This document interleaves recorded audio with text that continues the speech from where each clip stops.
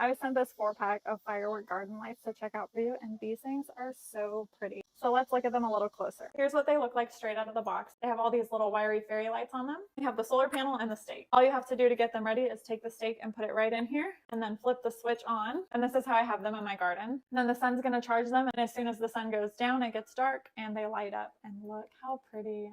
I love all the colors on these ones. They really just liven up my garden. You can order these garden lights in a 1-pack, 2-pack, 4-pack, or 6-pack.